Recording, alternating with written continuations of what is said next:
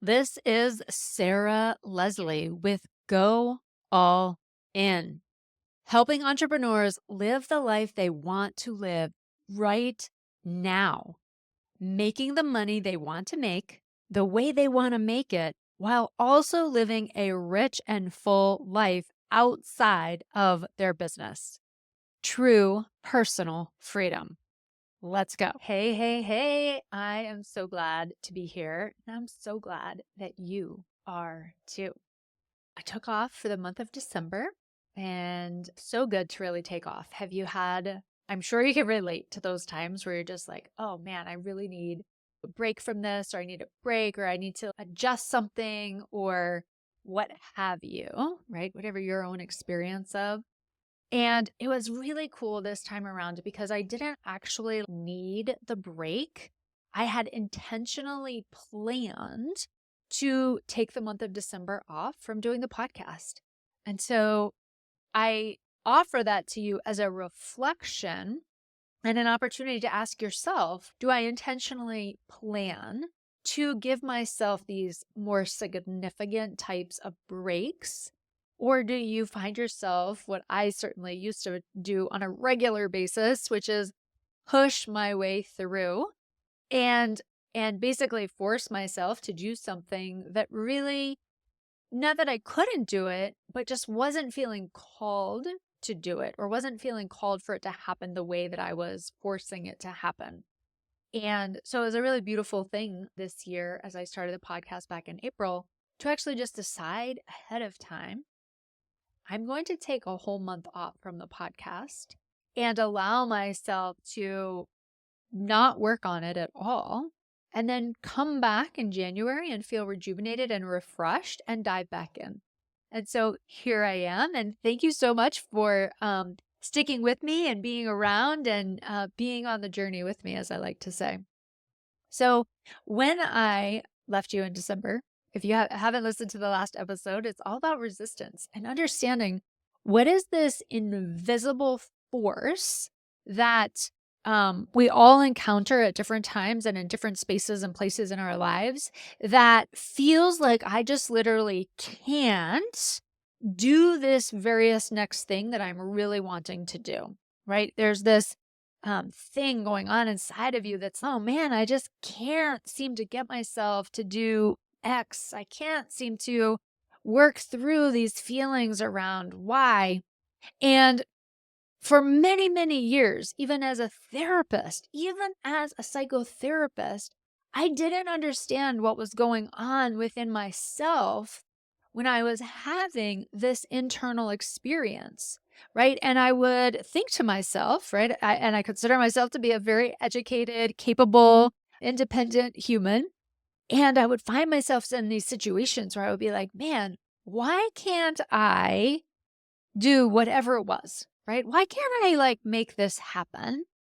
And it would be some relatively simple thing in nature, right? Self-standing was a very simple thing to make a shift towards and to just start doing.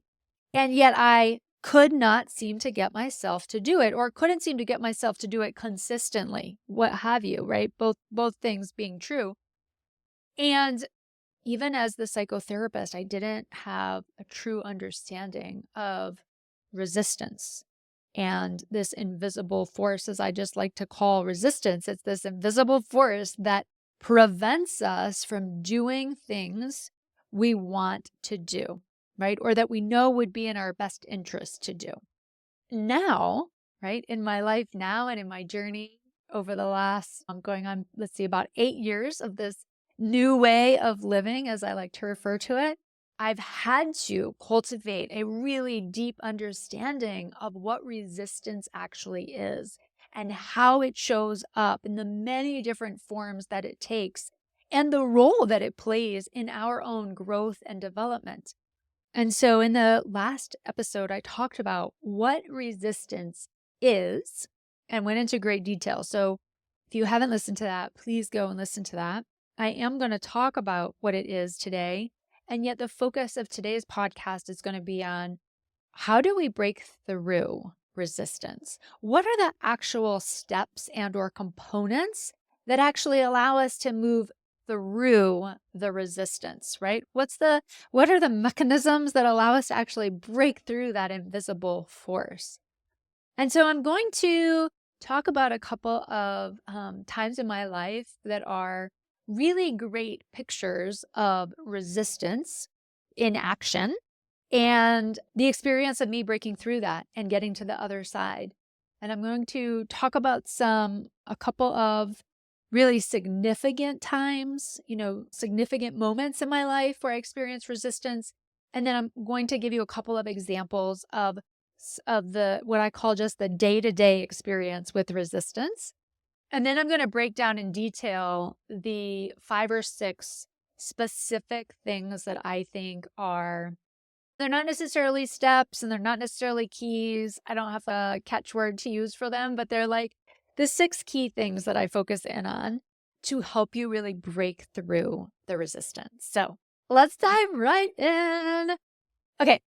So the number one time that comes to my mind where I've experienced just in a concentrated period of time, the most significant resistance is when I was in my last 9 to 5 job, and I had worked really hard to get to the position that I was in, right? I had gone to school for social work and went to get my master's, got my license, worked in community mental health, worked in treatment, like doing all the right steps to be quote unquote successful and get to a place where I would feel really good about the work that I was doing and how I was demonstrating my capabilities and my success. And I thought that I was on the right track, right? And yet with each step, there was still this underlying discomfort, this underlying feeling of, I just don't know that I'm on the right track. Like I was so focused on being on the right track that I didn't spend a whole lot of time investigating, am I doing what I really want to be doing? And so naturally, right? And please tell me if you can relate to that experience of being in the I'm doing this because I should be and because it seems like the right thing to do. And also, it still just doesn't quite feel right. It doesn't quite feel like me. And so I'm in this path, right? And I've gotten to the point now in this particular job where I'm the director of clinical services and I'm overseeing a team, a staff of therapists and indirectly some non-therapist staff. And I'm feeling really good about where I'm at in my life overall, right? I'm connected in a lot of really great ways in the place that I lived at the time. Lots of really great people in the community that I was in connection with and friends and, colleagues. And I had this position where I was the clinical director, which is, a notable position to have. And I was finally making 6 figures, which I never thought I was going to make as a therapist or as someone who studied social work and had anticipated never making that kind of money. And as I settled into this role, I became more and more and more conflicted about being this version of me, right? And at the time, I would have just thought, I'm just still not feeling good about my life. I own my own home. I have these great friends, a great network of people. I have an amazing, loving family. I have this prestigious job. I'm got money in my bank account that I can just spend when I want to. Something just doesn't feel right. And it was a time period of feeling a lot of inner tension and days where I would be like waking up feeling either dragging myself to work or waking up feeling optimistic. And then by the end of the day, feeling the opposite, right? And periods of time where this was going on a regular basis. And I would have conversations with people that cared about me, close circle of people, and say, isn't there like more? Is this how it should feel? What does it feel like for you? What's your experience? And what do you think about this particular thing that's going on in the workplace? And are we really going to continue working in this kind of an environment? And all of these just big questions that I could tell were contributing to my inner restlessness. And again, I didn't know it at the time, But the simple answer was, you're just not where you're meant to be. You're just not in the place you want to be. You're not living the way you actually want to be living. And so I wrestled with it for just way longer than I needed to. And finally came to a point. I had several markers of this conclusion, but I started meeting with a coach and looking at what can I learn from this opportunity? What can I learn from this current situation? How can I benefit from this time, even though it feels like such a stressful and tension-filled experience? And what are some of the small actions that I can begin to take to move me in a direction where I could feel better, right? I mean, just a lot of these things were occurring because I was at a point where I needed them to occur, right? I was ready to make a shift and decided one night I was laying out on my yoga mat and there's 50 people in the room and I just start crying uncontrollably. And for about 2 minutes, this went on. If you are familiar with yoga, you know at the end of yoga, you have about 2 minutes of silence. And I got up off of that mat and I was like, whoa, whoa. We have to seriously address what is going on here because this isn't my life. This isn't what I'm meant for. Something has to change. And it was really that decision that I made when I got up off of that yoga mat. Something has to change. That really turned the corner for me at that time in my life to reprioritize what was really important. And ultimately, it was like, I want to live. I want to feel alive again. I want to stop being miserable. And I'm ready to now do what it takes to actually create that shift to happen. And again, as the therapist, I didn't have a therapist and I felt very inhibited to like really be talking about how I was deeply miserable at the time. And so I suffered with a lot of this on my own and struggled with finding the answers on my own. And got to that point where I was like, I have to make a change. And so part of my change experience was really trusting that I was going to be okay. I ended up quitting my job, giving my notice, and some very radical shifts came after that as well of moving and packing and a lot of just big movements. And as I reflect back on that experience, right, I can see the level of resistance that I was in because I felt like I had failed. I felt like I couldn't make this job work. I couldn't figure out how to move the pieces around so that I could deem myself successful. And so it felt like I had failed, like I was unable to do this very thing that I was really wanting to have happen. And I had to get to the point where I recognized I have not failed. I have simply come into a place of acceptance. This is the work environment. It's not going to change, at least not radically. And it isn't my job to change it. And I don't have to conform to what is going on here. I don't have to force myself to fit in with this scenario. I can actually simply decide to leave. It's totally fine. It's an ending to a circumstance than it is a failure, right? And so I went on to become a life coach and began working remotely and various other changes. So that's the most significant in my recent years. The thing that came up for me as I was thinking of telling that story was it was a very similar feeling that I had at the ending of my first marriage. Again, I had stepped into relationship, had the upbringing of being in the church and the understanding that getting married was essential, was just part of the life journey. And to be the good wife, you know, you have to do this, that, and the other thing. And worked very hard to fulfill those roles of what I thought I had to be. And oftentimes wasn't honestly expressing myself and my truth and what I was wanting.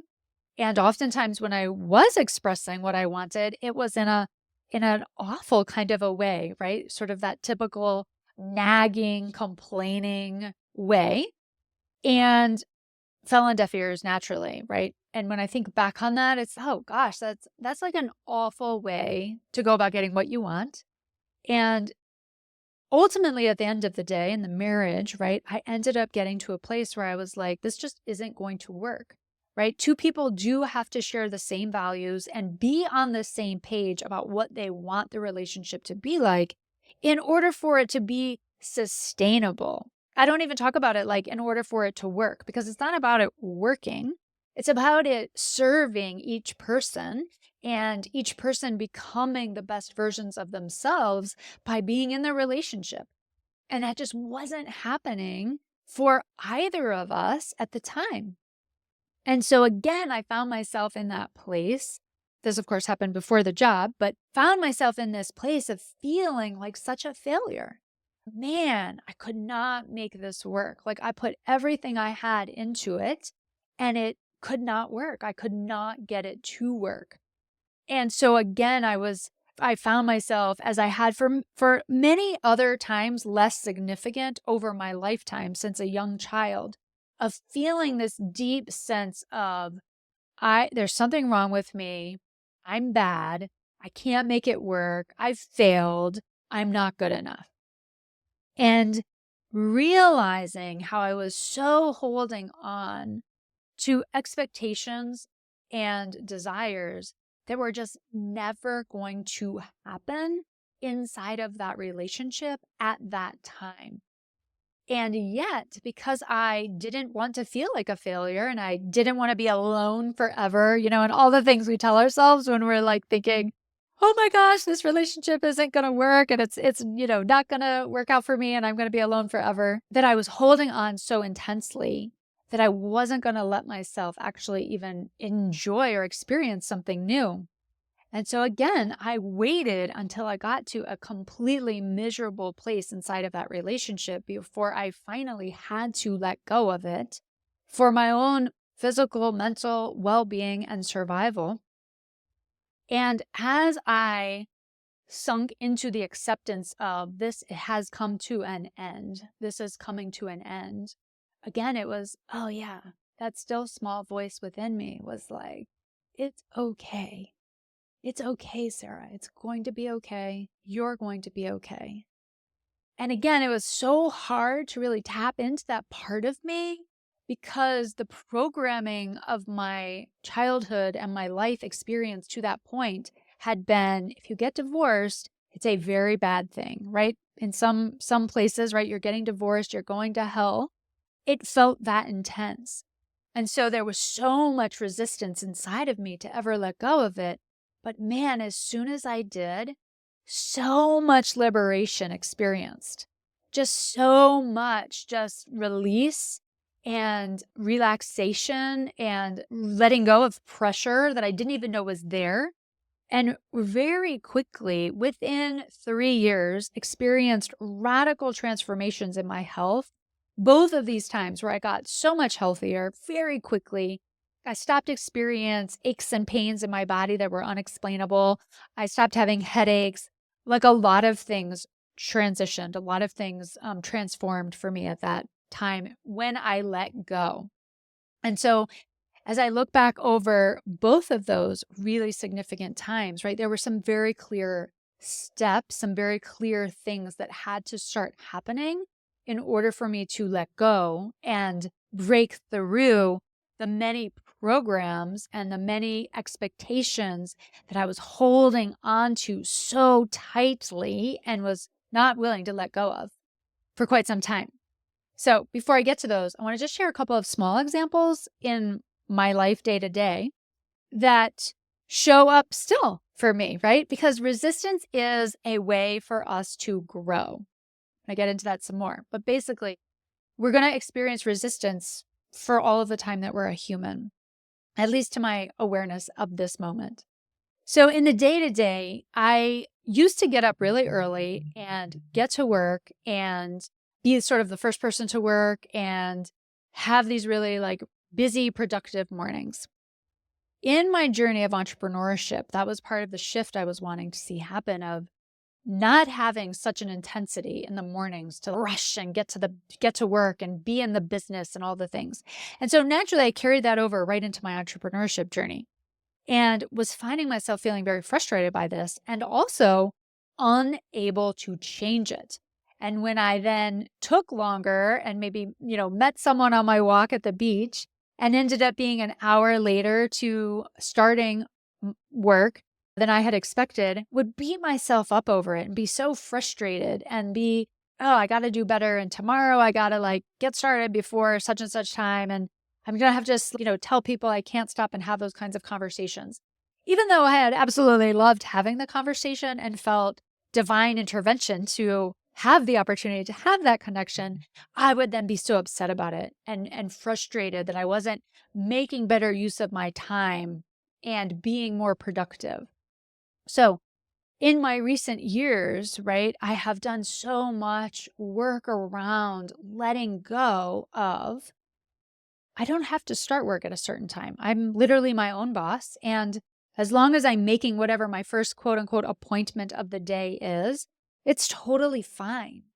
It's totally fine for me to linger in a conversation, for me to have an experience out in nature, for me to spend a little extra time playing with the dogs, for me to spend a little extra time in our cozy room, sipping tea, all of these things, right? It's totally fine.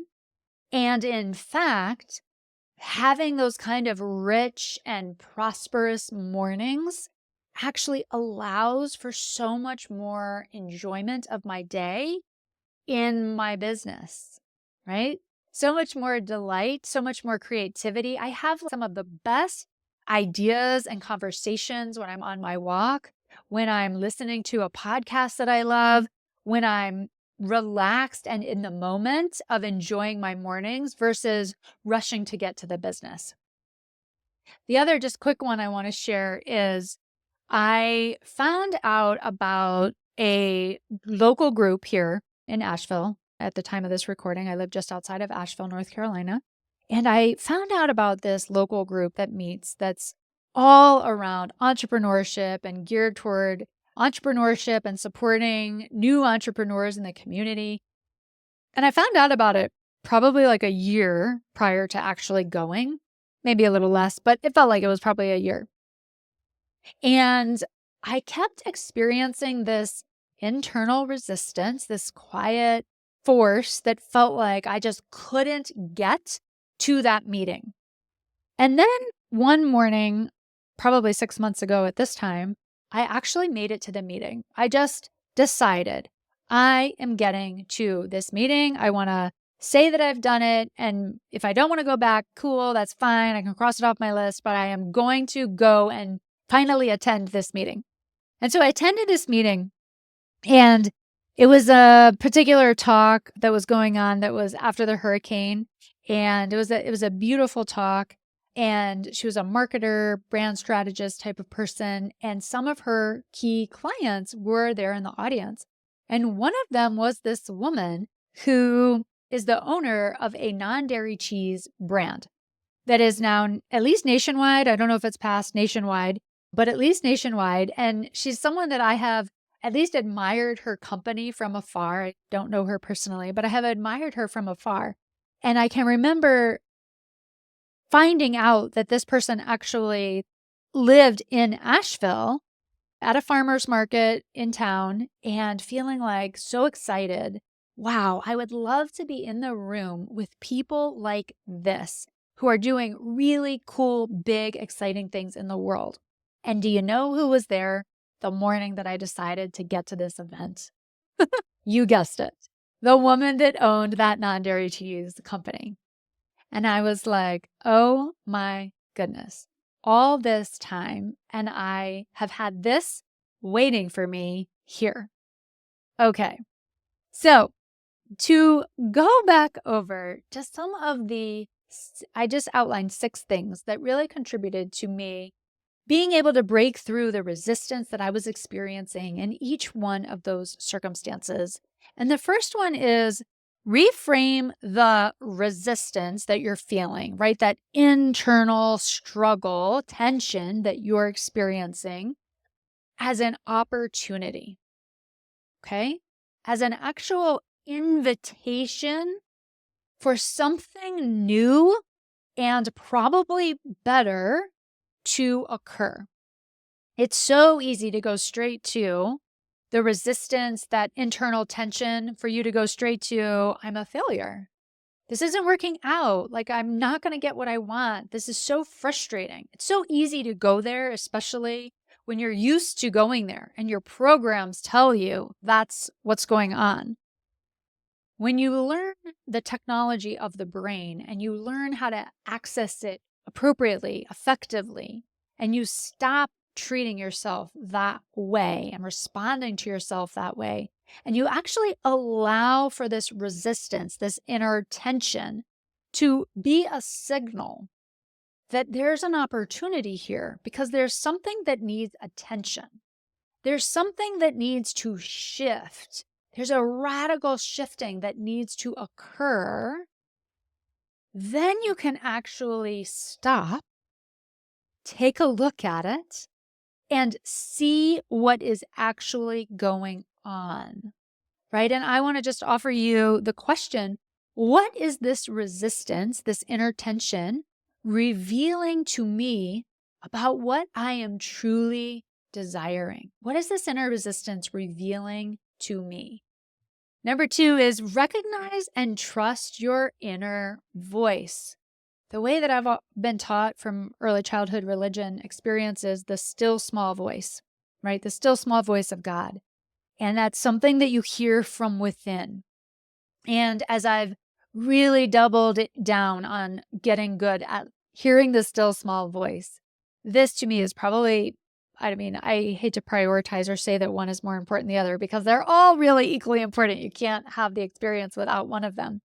And this one is so, so key because we fill our lives with so much noise and distractions and our phone and the scrolling and TV and video games and going here and going there and drinking and numbing out and all of this noise that it truly does become nearly impossible to hear the still small voice within you that is telling you, is guiding you, is communicating to you all the time.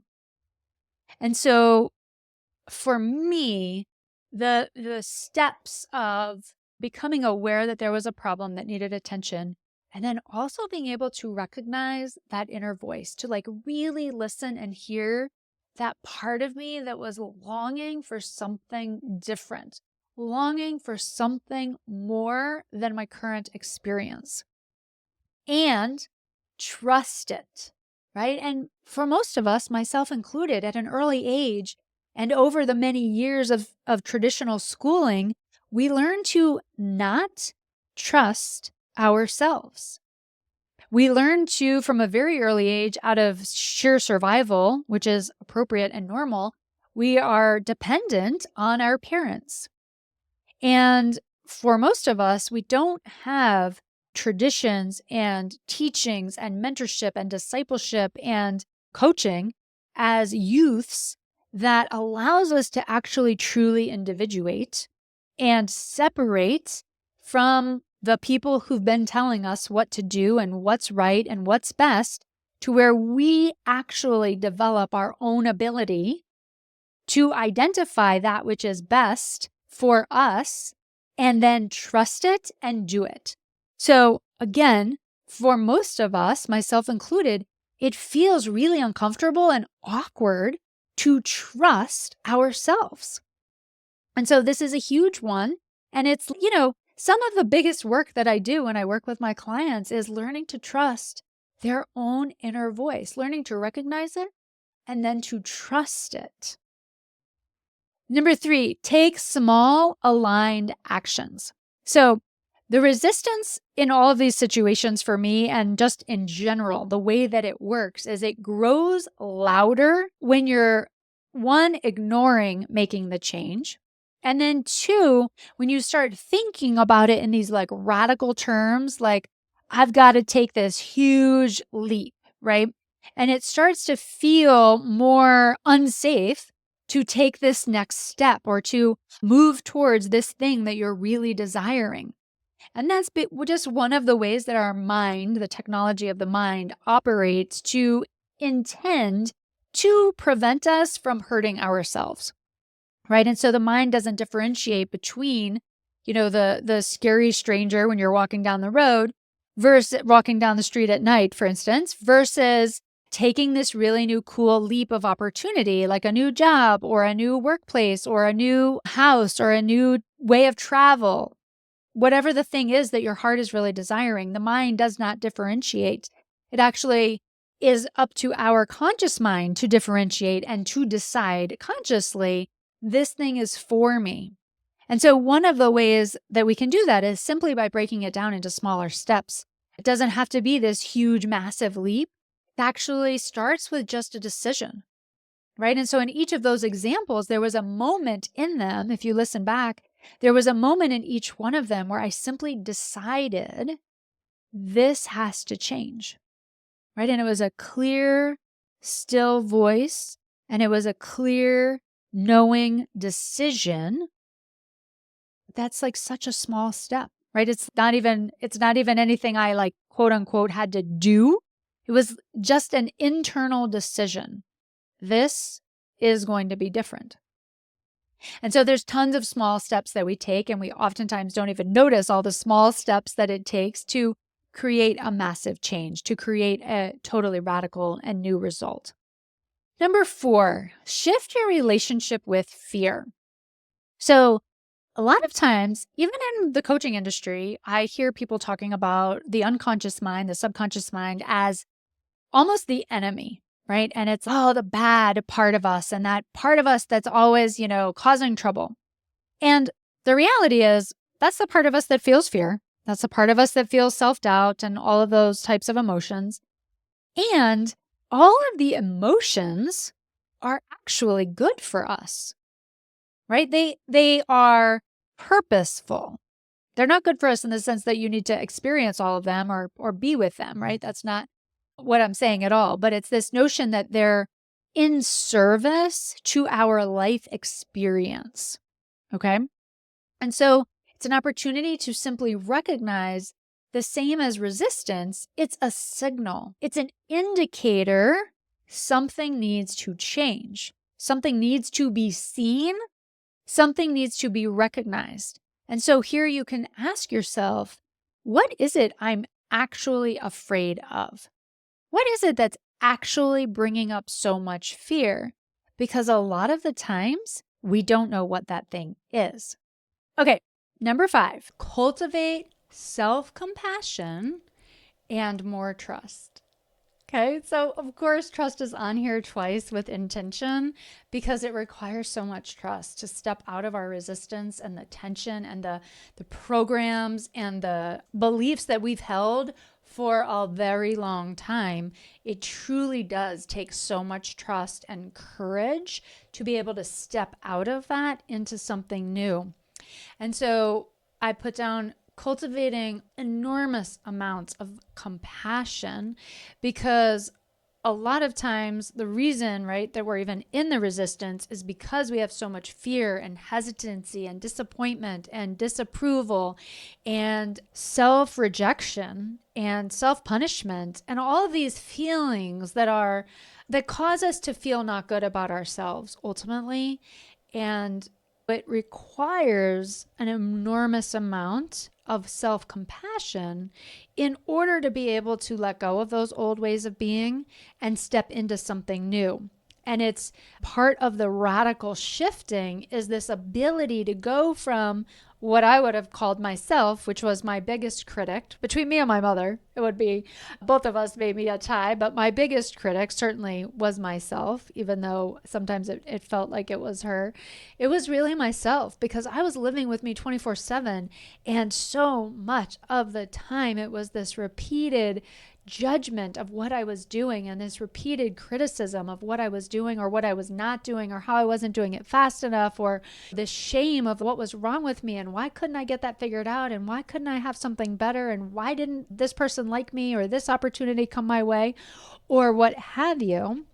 And shifting from that into, oh, that opportunity just didn't work out.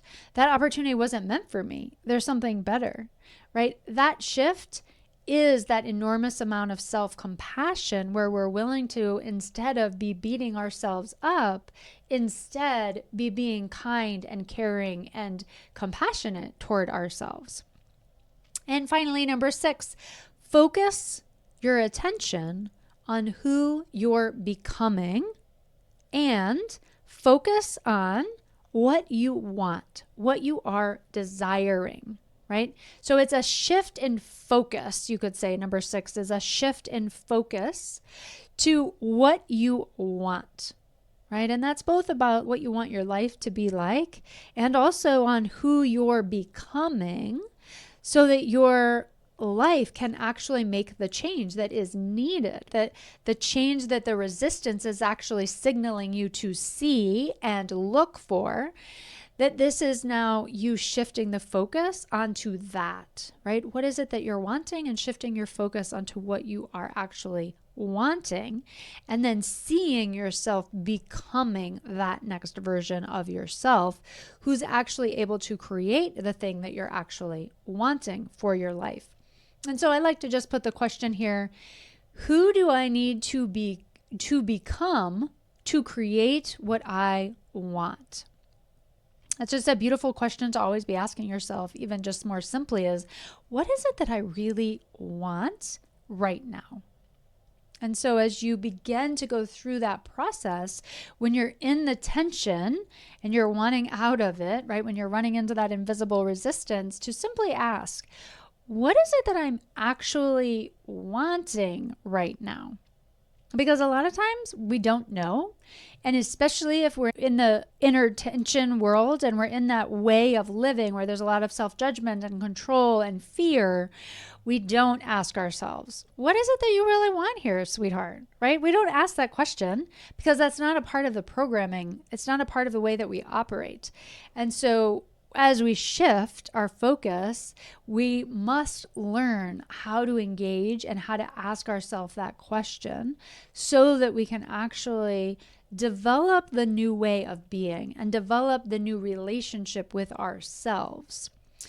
That's my podcast, my episode for you on how to break through resistance. Again, really looking at what is it that I am wanting to have happen here? And also, what is this inner tension trying to get my attention to see? All right, you guys, thank you so much for joining, and stay tuned for the next episode, and I'll see you then. Cheers. Ready to hire your own personal one-to-one mentor to help you take your life and your business to the next level? Go to my website where you can sign up for a no charge, no pressure consultation where we can get to know each other better. I get to hear your vision. I'll help you understand exactly what's getting in your way. And if it feels like a good fit and I believe I can help you, we'll talk about what it looks like to work together.